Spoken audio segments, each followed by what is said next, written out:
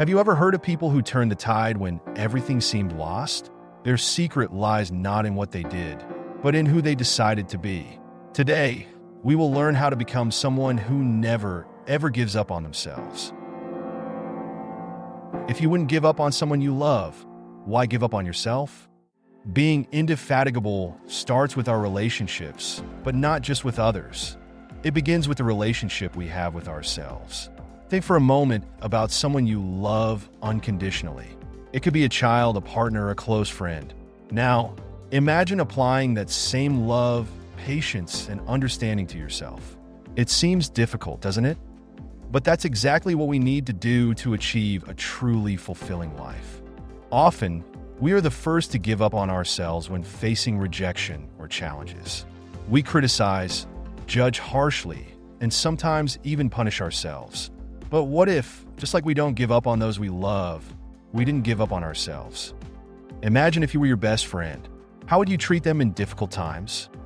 Probably with compassion, patience, and encouragement, right? That's the attitude we need to adopt towards ourselves. This resilience, this ability not to give up on oneself, is the first and most important step to success in all areas of life. In relationships with others, being indefatigable means standing firm in your love and commitment, even when things get tough. It's not about tolerating abuse or toxic situations, but having the strength to work on relationships that truly matter, even when challenges arise. True peace begins when you stop punishing yourself. Now, let's talk about something we all face at some point: the internal struggle between self-acceptance and self-criticism. How many times have you caught yourself thinking, "I'll only love myself when I achieve this goal," or "I'll only be happy when I get this or that"? This conditional love for ourselves is a dangerous trap that leads to a critical and often unhealthy mindset. The truth is that many of us struggle with self-esteem. We feel self-love only when we meet high standards or avoid failures. But think with me. If you only love yourself when everything is perfect, what happens at other times? This mentality can lead to self-destructive behaviors and a constant sense of inadequacy. True mental peace comes when we accept our imperfections. It's not about lowering our standards or giving up on improving, but understanding that our intrinsic value is not tied to our achievements.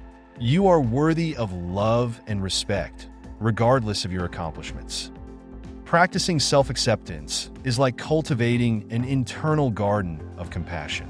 Start by recognizing your self-critical thoughts. When they arise, pause and ask yourself, "Would I say this to a friend?" If the answer is no, then don't say it to yourself. Replace these thoughts with positive and realistic affirmations. Speaking of acceptance, we can't ignore how the pressure for perfection affects our mental health and even our eating habits. Eating disorders are often the result of this relentless pursuit of perfection, especially when it comes to body image. Society bombards us with unrealistic standards of beauty and success. These expectations can manifest in harmful ways, such as eating disorders. Whether it's anorexia, bulimia, or binge eating, these disorders are silent cries for acceptance and control. But what if, instead of seeking perfection, we focused on small, consistent efforts to improve our relationship with food and our body?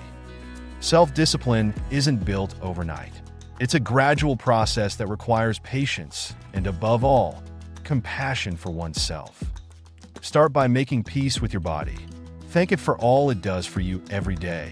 Instead of focusing on restrictive diets, concentrate on nourishing your body with foods that make you feel good. Remember, a healthy relationship with food isn't about perfection, but about balance and self-care. This leads us to an approach I call "do what you can as you can." Instead of setting rigid routines that we end up abandoning at the first difficulty, how about taking small, consistent steps? Often, when we decide to change, we want to do everything at once. We start a restrictive diet, an intense exercise program, daily meditation for an hour, and what happens? After a few days, we feel overwhelmed and give up.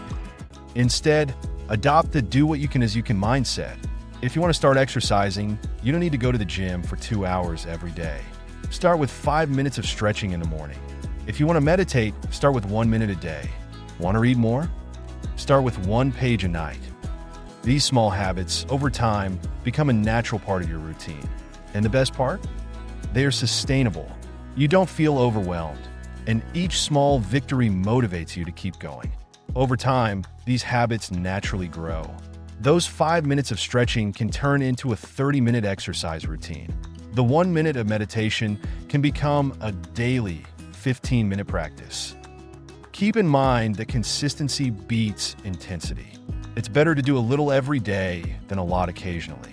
These small habits, accumulated over time, contribute to a healthier and fuller life. I want you to remember this phrase: there is no restarting, only continuation. How many times have you told yourself, starting Monday, I'll restart my diet, or I'll restart my exercises from scratch? Every time we think about giving up and starting over, we are ignoring all the progress we've already made. Life isn't a series of beginnings and ends. It's a continuous journey with ups and downs, victories and challenges. When you have a setback in your diet, don't think, I ruined everything, I'll start over on Monday. Instead, tell yourself, okay, this happened. What can I learn from it? How can I do better at the next meal? Missed a day of exercise? Don't blame yourself. Don't throw away all your progress. Continue the next day. Each day is a new opportunity to continue your journey, not to restart it. This continuation mindset is powerful because it recognizes that progress isn't linear. We'll have good days and bad days. The important thing is to keep moving forward, even if it's small steps. Adopting this perspective also relieves a lot of pressure. You don't need to be perfect. You don't need to get everything right all the time. You just need to keep trying, keep striving, keep believing in yourself. Being indefatigable is a daily choice. It's about self-love, resilience, and persistence. It's not easy, but I promise it's worth it. Every small step you take towards not giving up on yourself is a step towards a fuller life, with more success and mental peace. If this video touched you in some way, don't forget to leave your like and subscribe to the channel. Until the next video, and remember, your potential is real,